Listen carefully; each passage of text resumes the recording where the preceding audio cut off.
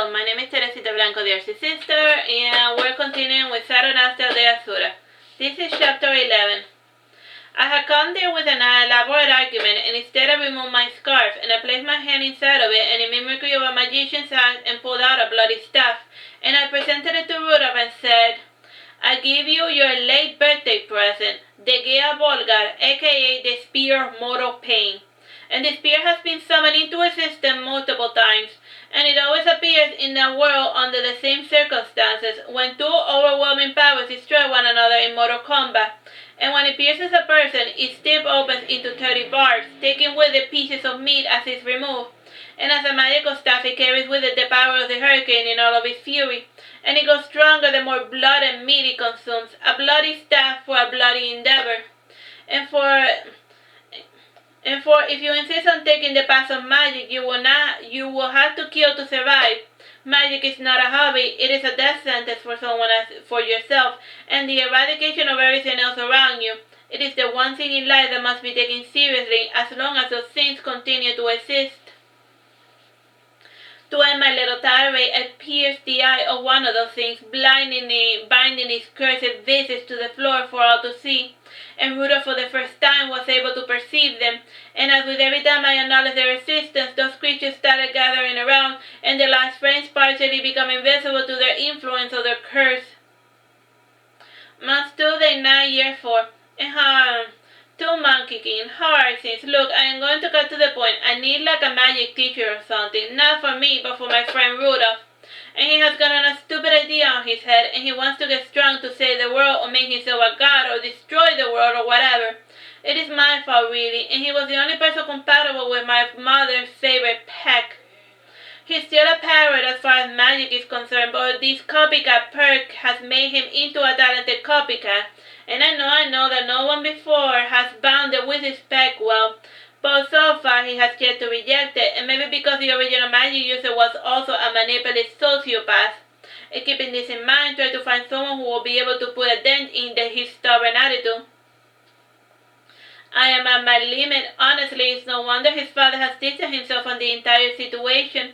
And I would also distract myself as well, but I feel I have somewhat tamed him, so I feel somewhat responsible for the poor fool. And frankly, he's one of the few people I can call a friend.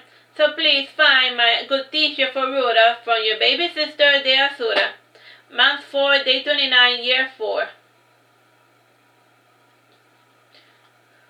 Today was the same as yesterday and all of the previous days.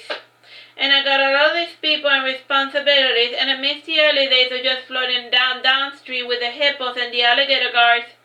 And it seems that the animals were thrown here all willy-nilly, though I did hear from Leaf an interesting story as to where the hippos came from. And 5 days ago, the kingdom was stable enough to warrant exploring new continents.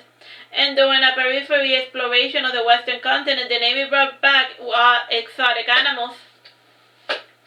Mero, now one of the twin rivers has hippopotamus, and they would have made their way down the other rivers if the feral dragons had not developed a taste for those critters. And I hear they like pork, and though frankly I find their taste similar to horse meat, and I have been monitoring the sky as of late, and the eclipse is almost restored, which means we are finally going to get eclipses, and from what I hear there has never been an instance of an eclipse in Saturnastra. And in part because none of the moons are large enough or well positioned enough to block out the sun, and eclipses are necessary for great magic, and since none of the moons can create the effect, I figured I would artificially create the effect through the eclipse. And I sent my proposal project to the area master, and they gave the go-ahead, and with any luck the artificial eclipse will produce similar great magic as the traditional variant. And observation from different planets show that the composition of the moons is irrelevant, and it is the way that the shape distorts the sunlight that produces the desired effect. And during that brief moment, only pure ether is sent down by the sun, and well, ether and neutrinos, which pass through solid matter. And with the distortion gun, mages can work great and unique spells. And continuing with the magic mumbo-jumbo, today Rudolph's teacher arrived, and he had the face of a serial killer or a headhunter. Whenever you turn your back on him, his face would get a creepy grin, almost as if we were picturing a million different ways to skin you alive. And this unpleasant effect is not just me, and for example, when he passes by and people don't expect him, they scream or flinch or their eyes widen, and he's one unnervy sort of fellow. And according to my brother Monkey King, Gentinius Imerich was an unofficial slave mage. And people had saved his life, so he belonged to us for a while till he could repay the life debt. And considering his talents and power, his life was worth 10 years of servitude, and that was putting it cheaply. And depending on how well he performed each given task, his sentence would be reduced. And as with every second-hand information originated from my duke, I took it all with a grain of salt. And Gentinius was an odd fellow with his cold raven eyes, and thick black eyebrows, and hollow cheeks, thin lips, and large jaw and chin. The only thing I despised most about him was his short, curly blonde hairdo, and with the wavy hair covering his large forehead. And putting my initial dislike of him aside, Gentinius was a serious fellow well versed in war magic, and as the name implies, war magic focuses on spells that can be used quickly in a battlefield. And they comprise only short commands, gestures, and magic cards, and it is also heavily reliant in enchanted gear and weapons. And war magic is sadly no longer practiced since the dragons, which are already magical, made battle mages obsolete, I think. And battle mages must also have a large mana pool, with skirmishes normally lasting 15 to 20 hours on average, and aside from his creepy look, Gentinius was a solid mass of compact, skinny muscles. And there was not a niche of fat in him, though one had to look closely to notice, and he gave the impression of agility, which is a plus in my book. While I spoke with him, I felt that Gentinius too was sizing me up and not to buy me shoes. And in the end I got to the point and said, your student is a parrot named Rudolph. And the name Rudolph for some reason made Gentinius smile. And guessing why, I continued as thus. Anyhow, he's also getting a little chubby on the side, and I think he suffers from asthma or something. You're going to have your work cut out for him. Am I allowed to improve upon my charge? Asked Gentinius. I call you to make him into a better mage. Now do whatever it takes as long as Rudolph is okay with it, and do not force him or mentally coerce him or do whatever sorts of weird tricks you normally use with your past students. I said, sighing. I wouldn't dream of it. My time in prison made me into a new man, said Gentilius, giving one of those psychotic fake smiles. Great, I said without much enthusiasm. After arranging the media, I couldn't help but notice the strange shackle tattoos in Gentinius' hands, and aside from those runes and the spell circles in each index finger, he had some of our trademark scripts, and I read it. If your index finger makes you stumble, we will cut it off. Month 5, Day 1, Year 5. Boy, this planet has far too many moons to work with, and I'm surprised at the slow progress in the eclipse restoration, and the allotments I have been sending my sibling have drastically decreased, and even with ounce donation, those 37 miles I had to keep shipping away at my resources. And the oldest kids have started to notice too, and I no longer sleep, and I only check up on them during meals to make certain that they are good to go. And knowing for what circumstances they started apprenticing themselves to blacksmiths and store owners and the like. And surprise survives, they have failed miserably, and the guild system is just as nefarious as those interchange programs that are popular in other worlds. And you do all the work and don't get paid, and then you ask for cash and they fire you and act like you are the bad guy. Honestly, if people weren't so foolish. And one of those kids today, I think her name was Clarissa, did something bad, and she's the one with Eclipse, the silent toddler who answers to the name Baby. Anyhow, Clarissa was stuck in one of the rich carriages, and when they were parked, she cut the reins ever so slightly, and she also sat at one of the supports of the wheel, and no one was paying attention to her, and she's as stealthy as a shadow. And she still remembers how to move from her cut-purse years. Long story short, the carriage spun out of control and injuring a lot of people in the street. And at the time, I do not know why, I was suddenly receiving more pages, and it had been months since I had seen any visitors, and while healing, the Eclipse brought the matter to my attention. And he showed me the visions of her other money-making schemes, and it is true, I always made a wall of sense to reach patrons' injury. So like what the little orphan girl was doing is that she was like causing accidents causing rich people to suffer accidents so that they would then go to the Deasura in order to get healed so that then they would make money. However, I was not so desperate as to injure other people in order to make money out of them. After dinner, I got up and said to Clarissa, "Come with me, we need to talk." And the nervous whispering started, and some even believed that Clarissa was going bye-bye for good. And when we got to the docks, I said, "You already know what I'm going to say, don't you?" "Sorry, Mom," said Clarissa, not meeting my gaze. Sighing, I was about to say, "I will not be your mother," and instead I said, "Look here, I am not opposed to you guys pitching in, but you have to be smart about it. The guillotine was a total bust, but wasn't it? And this little accident department is not a good idea either. Trust me, I know bad ideas, and you guys should have waited for me to make connections or whatever." "I'm sorry," repeated Clarissa. It's fine, it's just, it would be easier," and I then raised an index finger, and then I said, "I know, we can get a ship, and with it we can go out and fetch things from further away, with the diving trees and even more cargo elsewhere." "But can we even buy a ship?" asked Clarissa. "I can ask Sasha and Judah to make me one, as long as we supply the materials, and it doesn't have to be too big, a schooner, and I can teach you guys the whole manning ship thing, and I can make you guys, and then I can take you guys at night to the shipyard to practice," I said, smiling. "Won't the sailors mind us fooling about with their ships?" asked Clarissa. It's fine, only the blubbering landlubbers will mind, and I'm good with the salty galley walkers," I said, parodying their mariner talk. And Clarissa finally looked up and smiled, and her eyes changed from green to brown. And Clarissa was odd like that, and according to our database, that is a trademark of nymphs. And she was also a bit tall for a 4-year-old, and nymphs seem to have an accelerated growth rate, which is not to say that they age faster than humans, rather that they have a short infancy. I watched Clarissa's gaze fall upon the fishermen, and even now they were out in the ocean setting up their drop lines and their nets. And the fishes in these regions were usually active at night, so it is easy to set up traps so late and collect the fish in the morning. Guessing what Clarissa was thinking, I said to her, the fishing here is a little bit oversaturated, though. I can probably sell the fish further down south by preserving them." "Oversaturated," asked Clarissa.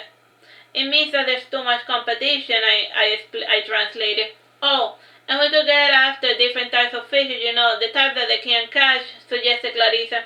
"That is a bit of a problem, and if I start hunting exotic fishes, and then boom, all of the source of local populations could get killed off. And I really like those pretty fishes, and also just because something is edible doesn't mean that it should be eaten. I mean, you don't eat grass from the floor, like cows, do you?" I said, folding my arm. "Did Richard tell you about that? That's the last time I ever tell him anything personal," pouted Clarissa. It's fine. I have also eaten grass too, and seaweed," I said, smiling. "Yuck," said Clarissa, putting her hand to her throat and grimacing. Getting serious, I added, drop lines fishing weirs are illegal, and I have reported the culprits time and time again. Instead of getting them arrested or fined, I have made enemies of the fishing guild, and I doubt we will be able to get a fishing license. And what with all of these licenses? You need one for practically everything, even for getting paid for those menial tasks," complained Clarissa. Smiling sadly, I said, "At the rate we're going, we will need to have a license to even beg on the streets."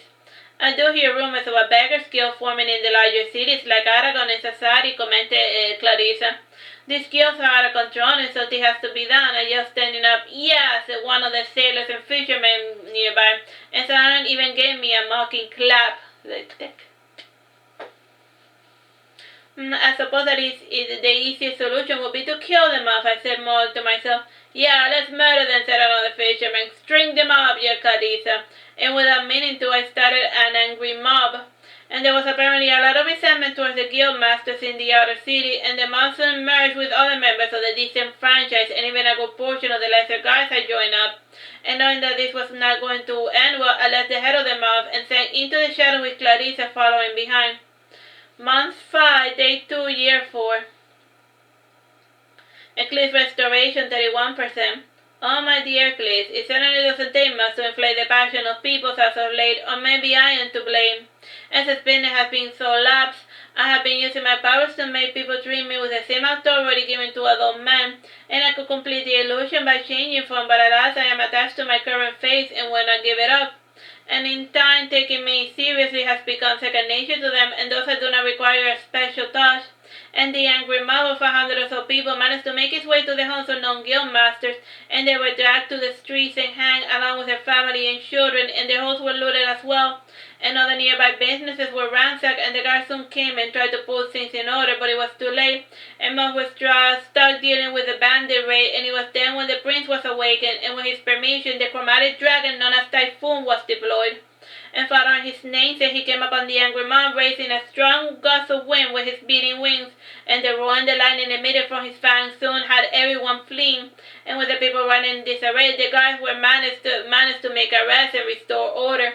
And I was not there to witness this event, having been wise enough to return to the docks, and thankfully those arrested had only joined the mob in its advanced stages, and those who were there since the beginning had returned to the docks after stashing away their loot.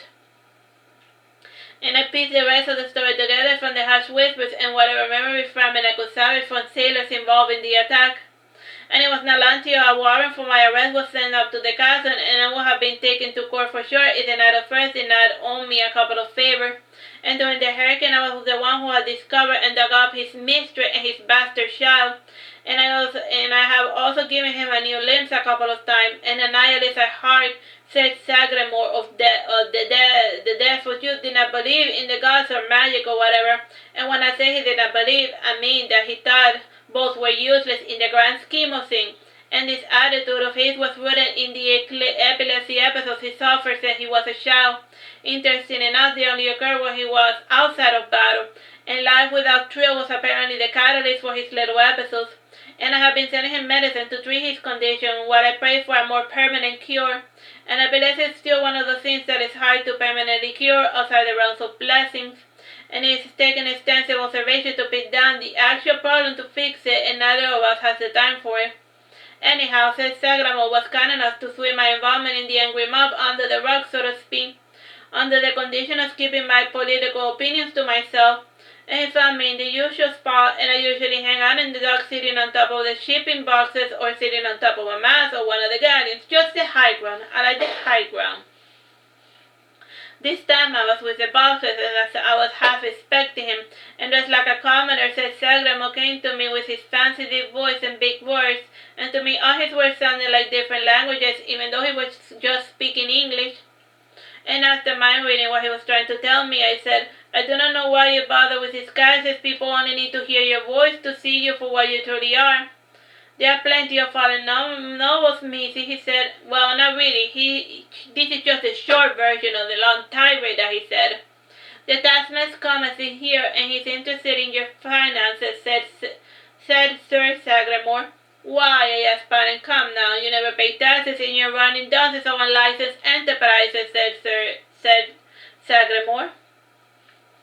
Would you rather I steal for want of bread? And look, we both know the taxman is a whimsical and corrupted, and the poor and unaffiliated rich soon to be broke always pay doubles to balance his personal checkbook. And as for the guilds, you know my opinions of them. And the kingdom of empire, or whatever it is called, has been declining since Veragero overextended its bounds, and now is tearing itself apart at the seams, I said, shaking my head sadly.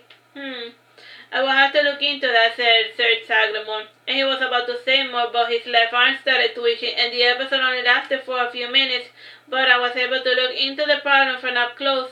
And fearing another incident, Sir Sagramore sat down beside me to wait for his nerves to return. And during that time, I removed my influence over him, and he was able to see me for the little girl that I truly was. And unlike Rabble and the others, he still took my words in earnest, and smiling, I said, I like you, Sir Sagramore. You're just my type of cook. And I know one way to cure your problems forever, but it involves a high level of trust. Don't you mean loon, corrected Sagramore. Nah, you know what I mean, and the center of the matter is how much you want to get cured, and how much you trust you not to betray me after the fact.